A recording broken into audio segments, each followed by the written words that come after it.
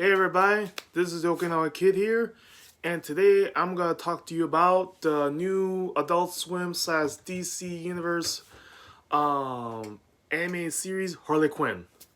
So for this series, it's a very good series that showcases the overarching character growth and more or less the emancipation of Harley Quinn. I know that's kind of the title or part of the title of the Birds of Prey movie, but as she basically, start off as the Joker's girlfriend, but slowly but surely breaks her breaks her off breaks herself off, from the Joker as she starts to develop as her own person, as her own supervillain within Gotham City, along with a friend and possibly uh lover Poison Ivy, along with her new crew, which is comprises of Clayface, King Shark, Dr. Psycho, Boardman from the Harley Quinn comics. And yeah, as they basically start becoming a gang of their own supervillains, while also Harley Quinn struggles to deal and cope with the fact that she's independent, but yet she still has lingering feelings and unresolved issues with the Joker. And not to mention the fact that all this while also pairing the fuck out DC Comics and all their various characters, especially the villains. So that's the main sort of overarching sort of story, but has very much Easter eggs and various callbacks to various DC shows and or other DC comics material that's good for all ages, and not all ages, but like good for all ages of DC fans. So that's what I mean. And for that reason, let me get into all the characters, leaving the main ones. We have essentially Harley Quinn, voiced by the same person that was in The Big Bang Theory that played Penny. She's a great version of Harley Quinn. This version of Harley Quinn is actually pretty interesting. In fact, it's more like an amalgamation of various other Harley Quinns. As for example, like when she first appeared in the first few episodes, she had the accent, like the Jersey accent, but more or less dropped it more or less when she became her own villain. Then there's Poison Ivy, who's very much similar to her most of her iterations, which is basically a misanthropic environmental terrorist with plant powers. And be mind you, she's literally the voice of reason that no one listens to, especially Harley Quinn, until like towards the end, essentially. After Harley Quinn learns a lesson about caring for those who always been there for you and basically that whole jazz. And then we have Clayface. Clayface in this version is basically Basil Carlo, the first iteration. And this version is very much a thespian. He's very much a actor.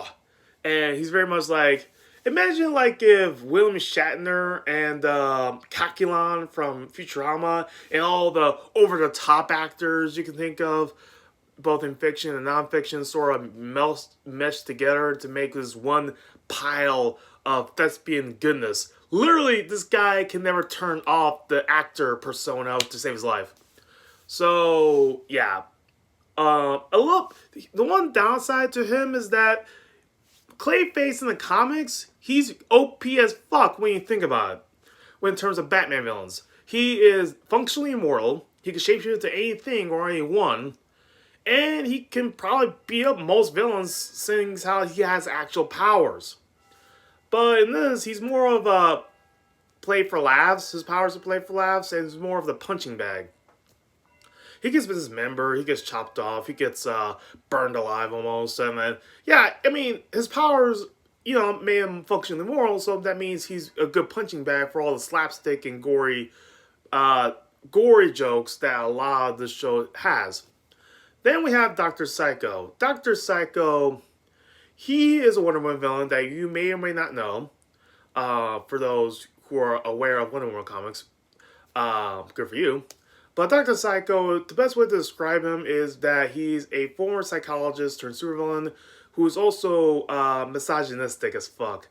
The guy is a huge misogynist. The thing about him is that the reason why he's in Harley Quinn's crew to begin with is because he got kicked out of the Legion of Doom, mainly because he called Wonder Woman the C word. I'm not gonna say that, but yeah, he called Wonder Woman the C word after Wonder Woman hit him too hard during a fight. Over the head, essentially. Which he does have a big head, so you can deal. But yeah, he gets his reputation is ruined. He gets his membership of the Legion of Doom revoked, and he has to join Harley Quinn's crew out of necessity.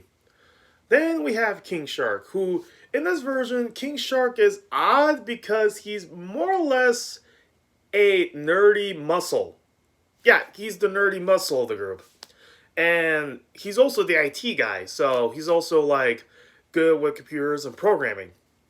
Which is odd for him because, one, he's portrayed by a black voice actor, from like other shows. Like, I'm not really sure of his voice actors roles, but I know he's a fairly recent and fairly popular comedian. I know his voice. His voice is recognizable, but I don't know. Like, I never imagined King Shark to be voiced by... I never imagined him to be voiced by a black guy. Which is odd because I'm also black, so yeah. But, you know what I mean? Like, King Shark has always been at least interpreted as a Hawaiian demigod, essentially. This savage beast of Hawaiian myth who basically eats people. I never imagined him as like, oh yeah, just a cast member from Workaholics, played by a black comedian. It's like, okay, that's a interesting take on King Shark. I never imagined him to be like this, but alright. But I like it. King Shark has literally has most of the best lines anyways, so there's that. And then there's Boardman.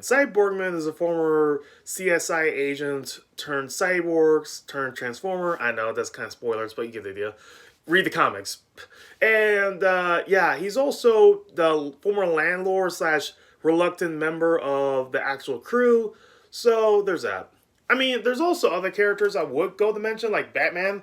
Batman is voiced by Diedrich Bader, who's also the voice actor for Batman and Batman Brave and the Bold. So there's that. He's basically a minor character in this because this is basically Harley Quinn's story. It's not the Joker story, not Batman's story. This is Harley Quinn's story.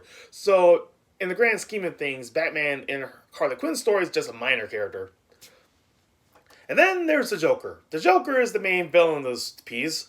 And he's also, he basically is everything that is wrong, or at least most of the things that's wrong with Harley Quinn's life. That's what he represents. Like, he is the obstacle that Harley Quinn has to overcome in order to actually become her own person. And, man, this Joker is fucked up. I mean, he ain't no Mark Hamill, but he's a close second. He's close in terms of animated Jokers, because, Harley Quinn's Joker, Batman the Animated Series Joker, and then somewhere between them or below them is Troy Baker Joker from the Arkham games. So, yeah, those are the top anime Jokers, more or less. But other than that, Legion of Doom. Legion of Doom. Pretty much every DC villain you could possibly think of is in the Legion of Doom.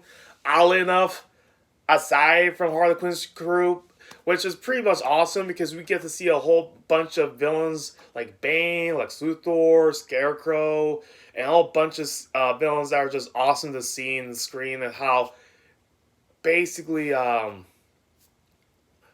they play off each other.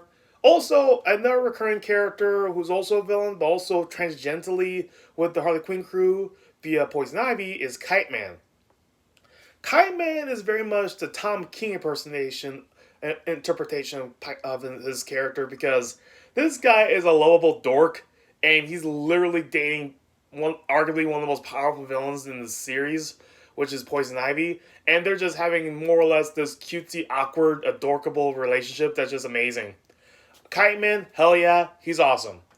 So, with that being said, what is the overall feel of this show? Well, believe it or not, it has a very Venture Brothers type of feel. Like, it has this very much a domesticated sense of superheroics and supervillains and superheroes. As in, they're more like punch clock villains that are just treating this sole supervillain superhero dynamic of the superhero community as sort of this entertainment industry sort of sense. Like, yeah, literally it's like, oh yeah, there's misogyny amongst supervillains. There's like arch villains and arch rivals are considered like romantic relationships and shit. Yeah, it's very much like Adventure Bros type of feel, which is so they literally went from regular DC Comics to making the DC universe like the Adventure Bros universe, which is amazing and I love it. So that's kind of the whole feel of it. Also, one last thing though is that we get to see a fleshed out Harley Quinn like we never see her before because we get into her family, we get into her relationships, her views on other heroes and villains too.